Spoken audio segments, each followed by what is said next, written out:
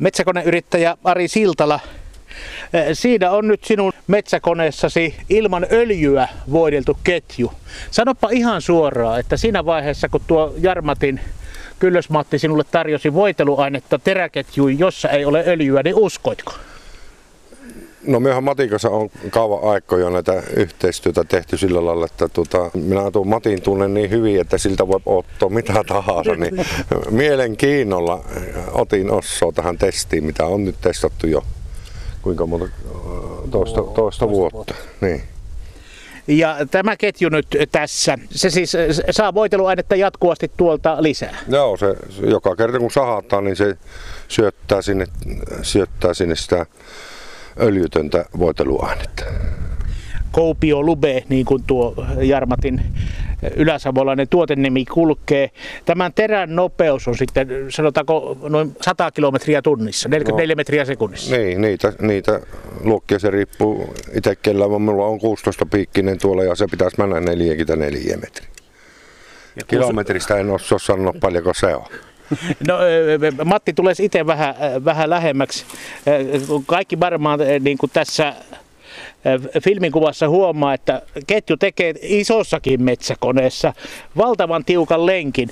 Oliko vaikea kehittää sellainen öljytön voiteluaine, joka pysyy tuossa hurjassa kierrenopeudessa? Siinä on semmoinen sikani, että sitä ei Räikkönenkään selvittäisi. No Ari voi kertoa, miten helppoa se on ollut. No kyllä niitä kärkipyöriä on jonkun verran alkuun mennyt, että joitain testiä on jouduttu tekemään ja aina on parantunut ja nyt ollaan jo oltu jonkun aikaa jo aika hyvällä mallilla, että nyt on hakattu jo tällä öljyllä. No välillä meillä on ollut muutakin testissä, että sitä ei ihan mottimäärää ei pysty sanomaan, mutta 2 000 mottia on hakattu kuitenkin yhdellä aineella, jota on, ja nyt on menossa taas semmoinen aine, jota ei ole aikaisemmin testattu, ja tällä on hakattu nyt 450 mottia tällä kärkipyörällä, ja kun tämähän näissä on ongelma, että näissä kärkipyörät pysyy vain kasassa, niin se on se ongelma, mikä meidän pitää saada toimimaan sinne. Ketju kyllä pelaa, vaan kärkipyörä pitää saada kestämään, ja siinä mitataan mottia sitten, että kuinka hyvin se pelaa. No entäs sitten pakkanen? Nyt on lämmin keli, kun tätä haastattelua tehdään, mutta miten tämä peluaa, kun alkaa viimaa pukata ja mennään miinukselle? No ei ainakaan ole vielä huomattu semmoisia ylitsepääsemättömiä ongelmia, että se ei toimisi. Ei jäävy eikä vahvuutta on siedettävä sitten öljyllä, että nyt on kehitteillä semmoinen, että saataisiin kesänsä talvensa sama aine, että ei tarvitsisi monta talvilaatua ja kesälaatua erikseen. Tämä on vielä sitten sitä, jota Matti uskaltaa jopa maistaa. Kyllä. Antanut Arikin Olen minäkin maistanut kylläkin Matin jälkeen. Enkä vieläkään ole kuollut siihen. Eikä ole hampaatkaan lähtenyt suun.